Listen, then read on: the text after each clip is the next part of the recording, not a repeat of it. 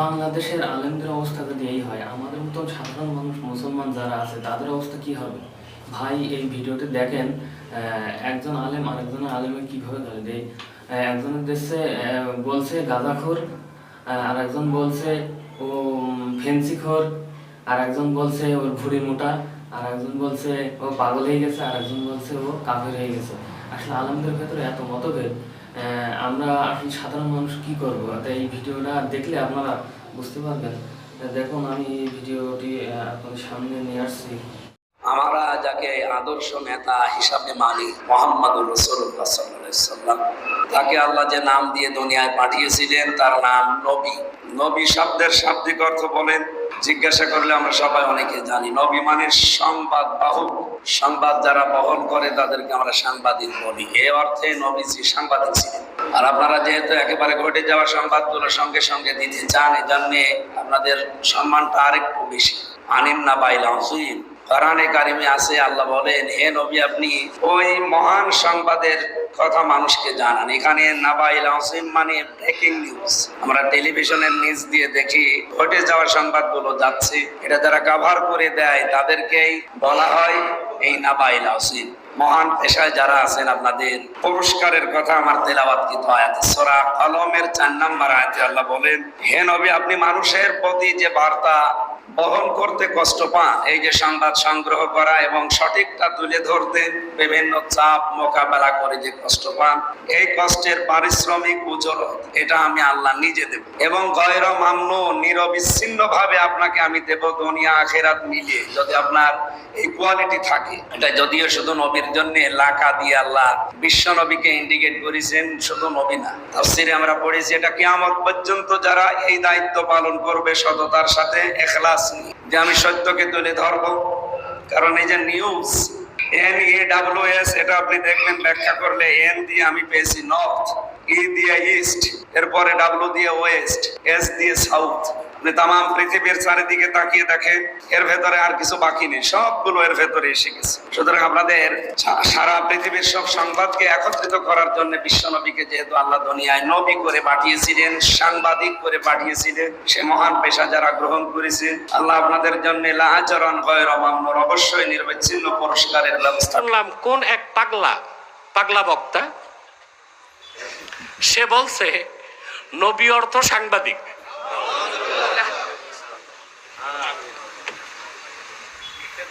আমি কঠোর কোনো ফতুয়া দিচ্ছি না, কারণ আমাকে ভিডিও দেখতে হবে। যতটুক সংবাদ পৌঁছেছে, আমার মিডিয়া সেল যতটুক পাঠিয়েছে, বক্তা বলছে নবী অর্থ সাংবাদিক। এই মূর্খ বক্তাটা কি বাকুরাতুল আদবটাও পড়ে নাই? এসো আরবি শিখিটাও পড়ে নাই?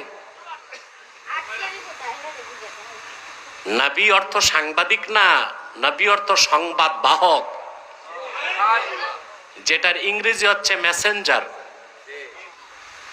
আর সাংবাদিকের ইংরেজি হচ্ছে জার্নালিস্ট। আর যে কোনো সংবাদ বাহককে নবী বলা যাবে না, যে বলবে সে কাফের হয়ে যাবে। আল্লাহর পক্ষ থেকে যারা সংবাদ বহন করে উম্মতের কাছে আনতেন তাদেরকে বলা হতো নবী।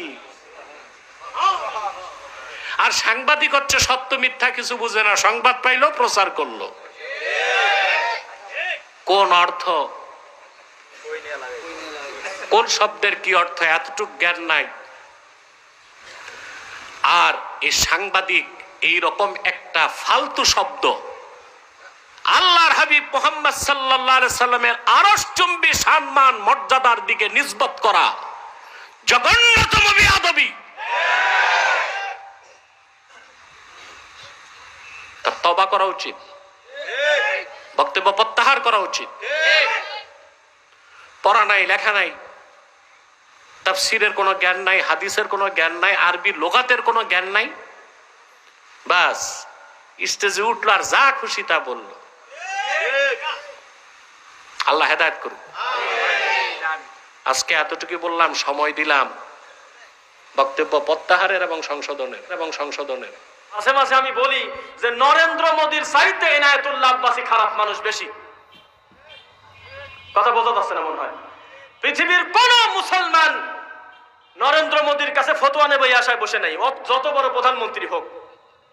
সারা দিন যদিও ফতোয়া দেয়, বক্তব্য দেয়, কোন মুসলমান তার ফতোয়া অনুযায়ী আমল করবে না, কারণ তারা সিদ্ধান্ত নেছেই যে ও তো মুসলমানই না, ও তো আমার ইসলাম সম্পর্কে জানে না, ও আমাকে কি বুঝাবে। যতই মন্দ লোক হোক, ইসলামের দায়িত্ব লোকটা নিবে না, ও জানেই না দিন ধর্ম, কাউকে ধোকা দিতে পারবে না, আগেই ধরা খেয়ে যাবে। কিন্তু এনায়েতুল্লাহ আব্বাসী শত শত হাজার হাজার মানুষকে জাহান্নামী বানাতে কোনো বিষয় না, কারণ এ দেশ একটা ব্যতিক্রম দেশ, যে দেশে ল্যাংটা মানুষের পিছনেও লোক ছোটে, গায়ে কাপড়ই নাই, তার ভিতরও জিনিস আছে, খুঁজে পায় বাঙালি, কেউ খুঁজে পায় না। এই উপমহাদেশ ভারত, বাংলাদেশ, পাকিস্তান খুঁজে পায়। যেটা ফতোয়াবাজি করে কাফের বলে, ওরও ভড়ি এরকম, চেয়ারে বসলে মনে হয় যে মাগুর মাছ, পেট মোটা মাছ। আর আপনি এখন আমারে কাফের বানিয়ে দিলেন, আমি নাই কাফের হলাম, আপনি কি? আপনি তো কাফের বাপ। কাফের বলবো সারে তারে, আমার এবছর দিয়ে আরম্ভ করলেন, আগামী বছর মনে হয় হাফিজরে দিয়ে আরম্ভ হবে, কারণ ও তো ফতোয়ার ঝড়ি নিয়ে বসে আছে। আজ হাজারো পীর এই দেশে, 48,000-এর উপরে পীর। আমি তো যতটুকু খোঁজ রাখি, পৃথিবীতে এমনও দেশ আছে যে 48,000 মানুষও নেই, অথচ পীর এই দেশে 48,000। এত পীর, একটা কেউ রাজপথে পাওয়া যায় না, জমিনে পাওয়া যায় না। নর্থ সাউথ বিশ্ববিদ্যালয়ে কোরআনের উপরে লাঠি দিয়েছে, থুতু দিয়েছে, সেখানে ফতোয়াবাজি করতে পারো না। 48,000 পীর যদি একবারে রাজপথে নেমে বলে এর বিচার না হলে কেউ দরবারে ফেরত যাব না, বিচার কালকে হবে। কোথায় আছেন আপনি? আপনি তো শুধু ভড়ি আর জব বানিয়ে ব্যস্ত আছেন। আপনি বলেন তো বাংলাদেশের একটা পীরকে দেখান যার ভড়ি বড় না, দেখান। আমি তো যতগুলো দেখেছি ওদের ভড়ি আর জহব্বা ছাড়া কিছু পাইনি, এত বড় বড় ভড়ি। আমার মনে হয় এই দেশে একামতের দিন যারা কায়েম করতে চায়, হ্যাঁ তাদের ছোটখাটো ভুল ত্রুটি থাকতে পারে, তো আপনি কি করছেন? তাদের মতো এই 17 বছর জেল জুলুম সহ্য করেছেন, একটা বার জেলে গেছেন আপনি? রিমান্ড কি বসেন? 11 ঘন্টা আমার টাঙিয়ে রেখেছিল উল্টো করি, মাথায় দড়ি দিয়ে। আপনারা কয় ঘন্টা টাঙিয়েছে? বলো রসুলের মর্যাদা রাখে না। রসুলের মর্যাদা ঠিক রাখতে গিয়েই তো 3 বছর জেল কাটলাম। আমি প্রথম দিনই যদি মেনে নিতাম যে ঠিক আছে বাবা শাহজালাল সব আলাল, 3 বছর না 3 ঘন্টা আমার জেলে থাকা লাগতো। বসে ফতুয়া দেই,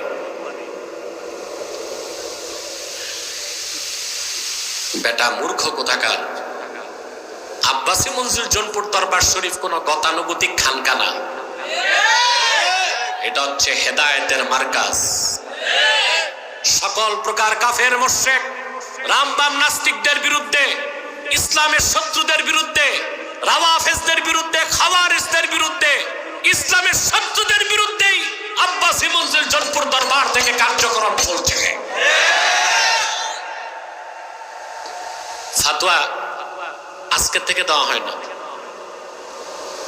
তাদের কিছু ট্রেডমার্ক বক্তার কথা বলছে যে উনি একে একে ধরছে। তোমরা যে 3 বক্তা আছো, এত তার সিরা বক্তা তো বাংলাদেশের ইতিহাসে কেউ পায় নাই। কিসের ওয়াজে বসে নগ্ন নায়িকাদের অ্যাডভার্টাইজ করে। আমার তো মনে হয় ফ্যান্সি ডিল খেলেও এত মাথা উলায় না। এটা হচ্ছে গাজার কুপ্রভাব। তারপর বলে আমরা নাকি ফেসিবাদের বিরুদ্ধে কথা বলি নাই। আমরা তো খোঁজ পাইলাম ফেসিবাদের নেতা কেউ ছিল তার দুলাভাই, কেউ ছিল তার আম্মা, কেউ ছিল তার খালা, তার 14 গোষ্ঠী ফেসিবাদের দোষর। আর আমরা 16 বছর ফেসিবাদের বিরোধিতা করেছি, ভারতীয় আধিপত্যবাদের বিরোধিতা করেছি, আর এখন মার্কিন যুক্তরাষ্ট্রের আধিপত্যের বিরোধিতা করছি। আমি যদি মুখ ফসকে বলেও ফেলি রাসূলুল্লাহ বা নবী মানে সাংবাদিক, আমি তো সরি বলেছি। এমন একটা কথা মুফতি আমির হামজা ভাই বোঝাতে গিয়ে বলে ফেলেছেন। আমি তো মাফ চেয়েছি, এমনকি রাতে তাহাজ্জুদ পড়ে আমি মাফ চেয়েছি। আমি আশা করছি আমার আল্লাহ আমাকে মাফ করে দেবে। কিন্তু আপনি কাফের বলে কি করলেন? আমার মনের অবস্থা আপনি জানেন না, আন্দাজে কাফের ফতোয়া দিয়ে আপনি এখন নিজেই কাফের। তুমি যারে কাফের বলবা, এই লোক যদি কাফের না হয় তাহলে তুমি কাফের হয়ে মরবা।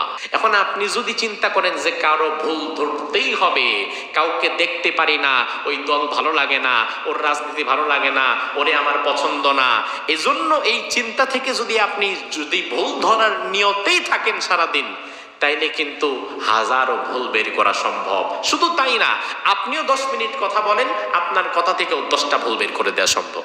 কাউকে কাফের বলা বা জোর করে কাফের বানানো এটা আমাদের কাজ না। তার কারণ হচ্ছে রাসূল বলেন, তুমি যদি এমন কাউকে কাফের বলো যে আসলে কাফের হয় নাই, কিন্তু তুমি ধারণা প্রসূত বলে ফেলেছো যে এই লোকটা কাফের, তাহলে ফাকাদ ইয়াউদু ইলাইহি, এই কুফরির ফতোয়া আবার তোমার দিকে ফিরে আসবে।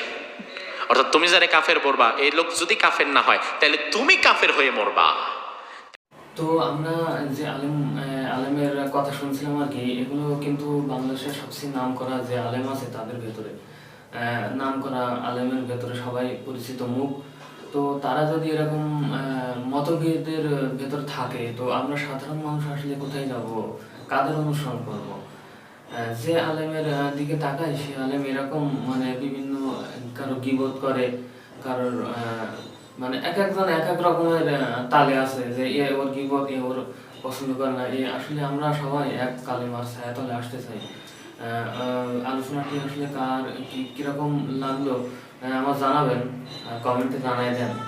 আর আমি যেখানে ভিডিও করছি এর পাশে আপনার রাস্তা, তো রাস্তার অনেক আওয়াজ আসছে, আপনাদের সমস্যা হচ্ছে কিন্তু জানি না। তো আমার এই উদ্যোগ চ্যানেলটাও মোটামুটি নতুন, তবে এই বিষয়ে আমি আসলে ভিডিও করার জন্যই চেষ্টা করছি। আপনারা আমার পাশে থাকবেন, আমি নিয়মিত এরকম আপনাদের বিষয়ে ভিডিও দেব। তো সবাই ভালো থাকেন, আসসালামু আলাইকুম।